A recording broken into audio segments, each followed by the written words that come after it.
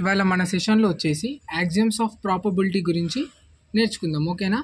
Axioms of probability అంటే P of ఏ అనే probability తీసుకున్నప్పుడు దాంట్లో ఈవెంట్ ఏ అనేది రియల్ నెంబర్, అది కింద ఇచ్చినటువంటి యాక్సియమ్స్ని సాటిస్ఫై చేస్తుంది అని మనం నిరూపించడమే axioms of probability.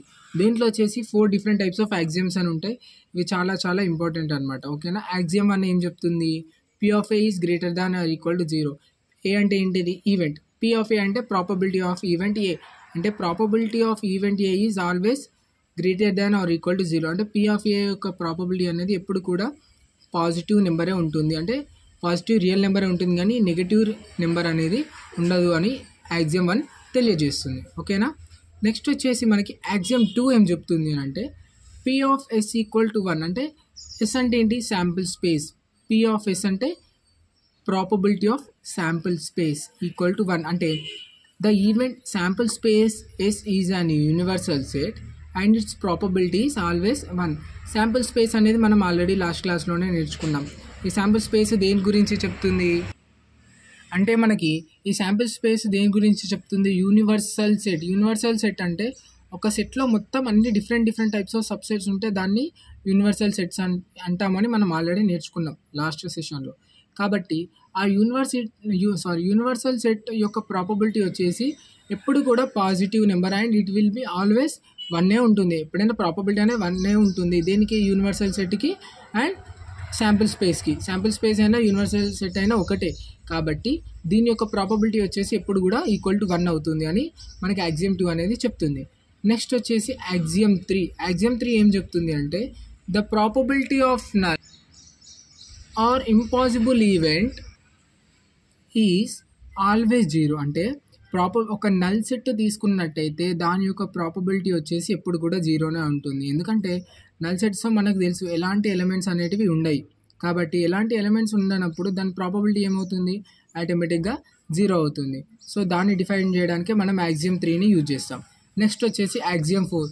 If a sample space AN has any elements or any events and where small n equal to 1 2 3 up to capital N, where capital N may be infinite and if all events are mutually exclusive. ఏం లేదు, ఇందులో వచ్చేసి AN elements ఉన్నప్పుడు అది ఎన్ని? Capital N ఈవెంట్స్గా ఉంటుంది. ఉన్నప్పుడు small n వచ్చేసి 1 2 3 4 అప్ టు సో అని, అంటే n వరకు ఉంటుంది. దీంట్లో n వచ్చేసి ఇన్ఫనైట్ ఈవెంట్స్, అంటే ఇన్ఫనైట్గా ఉన్నప్పుడు అవి మ్యూచువల్లీ ఎక్స్క్లూజివ్ అయినప్పుడు ఎలా ఉంటుంది అనేది మనం చూద్దాం. ఓకేనా? AM ఇంటర్సెక్షన్ ఆఫ్ AN ఇక్కడ మ్యూచువల్లీ ఎక్స్క్లూజివ్ అని అంటే ఏంటి? దీంట్లో ఉండవు. అంటే these consist of different types of elements. There will be ఇలా ఉన్నప్పుడు దాని యొక్క వాల్యూ ఏమో నల్, అంటే 5 ద్వారా. యాక్సియమ్ 4 ఏం చెప్తుంది అంటే different types of mutually exclusive ఉన్నప్పుడు వాటి యొక్క ఇంటర్సెక్షన్ వచ్చేసి మనకి యాక్సియమ్ 4 అనేది చూపిస్తుంది అన్నమాట. For where M P of A1 union A2 union up to union n equal to 1 to capital N AN, then union of n equal to 1 to P of AN. దీన్ని మనం ఎలా రాయొచ్చు అని అంటే union equal to capital N P of AN equal to summation n equal to capital present చేయడం. అంటే దీంట్లో ఉన్నటువంటి ఎలిమెంట్స్, ఇక్కడ ఒక స్పేస్, ఇది ఒక శాంపుల్ స్పేస్ S అనుకుంటే ఈ టైప్ ఆఫ్ సెట్, ఇది ఒక డిఫరెంట్ టైప్స్ ఆఫ్, అంటే డిఫరెంట్ ఎలిమెంట్స్ ఉంటాయి. ఇవి సపోజ్ ఇక్కడ మ్యూచువల్లీ ఎక్స్క్లూజివ్ అయినప్పుడు మనం ఎలా రీప్రజెంట్ చేస్తామంటే కాబట్టి U తీసుకున్నాం. సో n ఈక్వల్ టు 1 మనం ముందే అనుకున్నాం ఇక్కడ పైన n equal to 1 2 3 up to capital N అని, n equal to 1 to capital N. దీన్ని మనం టోటల్లో అన్ని సెట్స్ని యాడ్ చేసినప్పుడు ఎలా ఉంటుంది అనేది ఇక్కడ సమ్మేషన్ దేన్ని రిప్రజెంట్ చేస్తుంది? టోటల్ సమ్ అంటే ఏం లేదు, యూనియన్ అనమాట.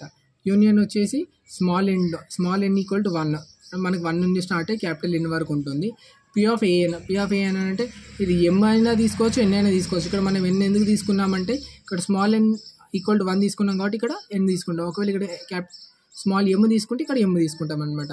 ఏం లేదు, దీన్ని యూనియన్ మ్యూచువల్ ఎక్స్క్లూజివ్ ఈవెంట్స్ అయినప్పుడు యూనియన్ ఎలా రీప్రజెంట్ చేయడాన్ని మనం ఈ విధంగా రీప్రజెంట్ చేసి చూపిస్తాం.